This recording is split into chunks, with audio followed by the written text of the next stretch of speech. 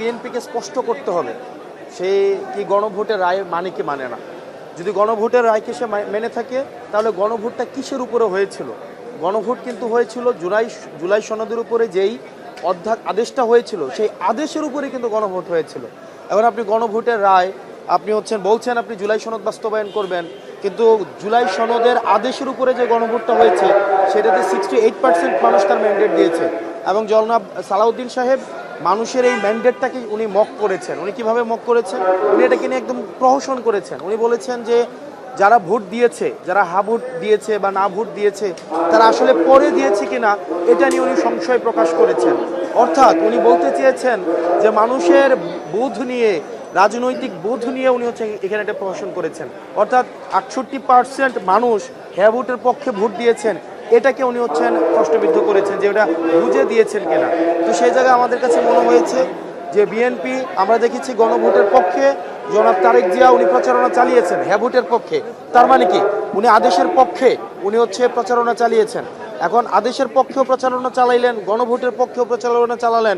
এখন এসে আপনি বলছেন যে কনস্টিটিউশনকে, বিদ্যমান যেটা 72-এর সংবিধানকে আপনি রেখে দিয়ে সেটার আলোকে আপনি রিফরমেশন প্রক্রিয়া আগাবেন, যেটা এক ধরনের জাস্ট এটা আপনার একটা ডুয়েল একটা স্টেট, এবং এটা এক ধরনের দ্বিচারিতা। এবং পুরা নির্বাচনের গণভোট নিয়ে সেখানে একটা দ্বিচারিতা করা হয়েছে। এখানে ঐকমত্য কমিশন নিয়ে একটা দ্বিচারিতা করা হয়েছে। এবং এক ধরনের যে মনোভাব, এটা বেগম খালেদা জিয়া উনি কিন্তু বলেছিলেন যে যেদিন জনতার ক্ষমতা এই সংসদে প্রতিষ্ঠিত হবে, যেদিন জনতার সরকার এই সংসদে আসবেন, সেদিন এই সংবিধান ছুঁড়ে ফেলা হবে। আজকে বিএনপির কার্যক্রমের মধ্য দিয়ে এটাই প্রমাণিত হয়েছে। বেগম খালেদা জিয়া যেমনটা বলেছিলেন যে জনতার সরকার যদি এসে এই সংবিধানকে ছুঁড়ে ফেলা হবে, কিন্তু আমরা দেখলাম যে এই সংবিধানের প্রতি যেই আন্তরিকতা, যেই ভালোবাসা, যেমন আমরা দেখেছি আওয়ামী লীগও বলতেন যে সংবিধানের বাইরে কোনো কিছুই হবে না। আমরা বসে এ বিষয়ে সিদ্ধান্ত নিব। আর আপনি যে প্রশ্নটা করেছেন নোটিশ দেওয়ার পরে বসে আলোচনা, বিষয়টা এমন উনি তো আপনি যদি আজকে আলোচনাটা দেখেন, উনি এটাকে আনকনস্টিটিউশনাল, এই যে আপনার যে রায়টা দেওয়া হয়েছে গণভোটের, যেই আপনার প্রেসিডেন্ট যে আদেশটা দিয়েছে, এটাকে উনি এক ধরনের আনকনস্টিটিউশনাল বলছেন। গণভোটকেও তার মানে আনকনস্টিটিউশনাল বলছেন। তার মানে এটা অর্ধেক মানলাম না। মানে নির্বাচনের গণভোটটা আনকনস্টিটিউশনাল, কিন্তু সংসদীয় নির্বাচনটা আবার কনস্টিটিউশনাল। তো এই জায়গায় যে একটা ধরেন ডুয়েল অবস্থান, এটা আসলে স্পষ্ট না। তো সেই জায়গায় আমরা সামগ্রিকভাবে আমরা সবাই মিলে আমরা এই বিষয়ে সিদ্ধান্ত নেব। ধন্যবাদ।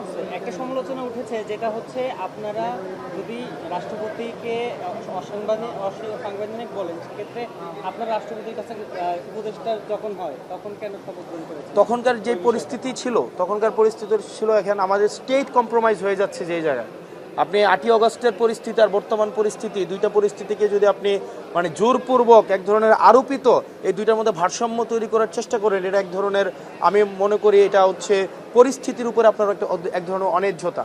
যেমন 8ই অগস্ট যে পরিস্থিতি ছিল, তখন আমাদেরকে স্টেট কম্প্রোমাইজের জায়গায় চলে যাচ্ছিল।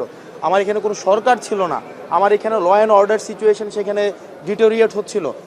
তখন আমার একটা বডি দরকার ছিল, যেটা আমার law and order situation restore করতে পারবে। আমার সার্বভৌমত্ব ঝুঁকিপূর্ণ ছিল। সেই জায়গা থেকে আমার একটা উদ্ভূত পরিস্থিতিতে আমাকে সিদ্ধান্ত নিতে হয়েছিল। তার পরিবর্তে ওই সময়ের পরে একটা ঐকমত্য কমিশন গঠিত হয়েছে, সেখানে সকল রাজনৈতিক দলের একটা অংশগ্রহণ সেখানে নিশ্চিত হয়েছে।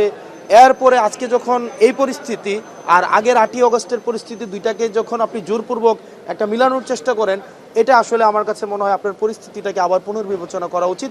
তাইলেই এই জিনিসটাকে আপনি বিবেচনা করতে পারবেন। আমি বলতে চেয়েছিলাম যে আজকে যেই কার্য প্রণালী ছিল, সেখানে লাস্ট যেই প্রণালীটা ছিল সেটা যে আমাদের যেই কিলার ফেসিস্ট অ্যানাবেলার চুপ্পুর বক্তব্যের উপরে আইদার এটাকে অ্যাপ্রিসিয়েশন একটা বক্তব্য হবে, অথবা এটাকে ক্রিটিক করা হবে।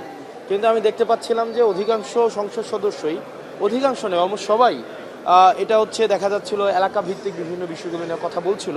তা আমি স্পিকারের কাছে জানতে চাচ্ছিলাম যে এটা রেওয়াজ কিনা সংসদের, কারণ রুলস অফ প্রসিজারে একটা লেখা আছে একটা বিষয় নিয়ে কথা বলা হবে, কিন্তু বলা হচ্ছে আরেকটা টপিক নিয়ে। তো এটা যদি সংসদের রেওয়াজ হয়ে থাকে তাহলে ফাইন, এটা সবাই আমরা অনুসরণ করব। আর যদি রেওয়াজ না হয়ে থাকে তাহলে সেটা এই রুলস ভায়োলেট করা হচ্ছে। এই বিষয়টা দৃষ্টি আকর্ষণ করার চেষ্টা করছিলাম। একই ধরনের ইকো আমরা দেখতে পাচ্ছি, এবং বেগম খালেদা জিয়া যেটা বলেছিলেন যে জনতার সরকার আসলে এই সংবিধানকে ছুঁড়ে ফেলা হবে, এটা আসলে ছুঁড়ে ফেলার এই কাজটা হয় নাই। তার মানে জনতার সরকার এসছে কিনা এই জিনিসটা এখন আপনারা প্রশ্ন করবেন। যাক, ধন্যবাদ আপনাদেরকে। একটা প্রশ্ন ছিল, আপনারা তো এখন বিরোধী দল থেকে সিদ্ধান্ত নিয়েছেন, স্পিকার যেহেতু নোটিশ দিতে বলেছেন, বিরোধী নেতা বলছেন নোটিশ দিবেন। বিএনপি তো আসলে এটা চাচ্ছিল যে ফ্লোরে আলোচনা করে তারপরে এগুতে, আপনারা কি এখন মানে বিএনপির সাজেশনটা না মেনে নিচ্ছেন? না, আপনারা দেখবেন না, এটা আমাদের হচ্ছে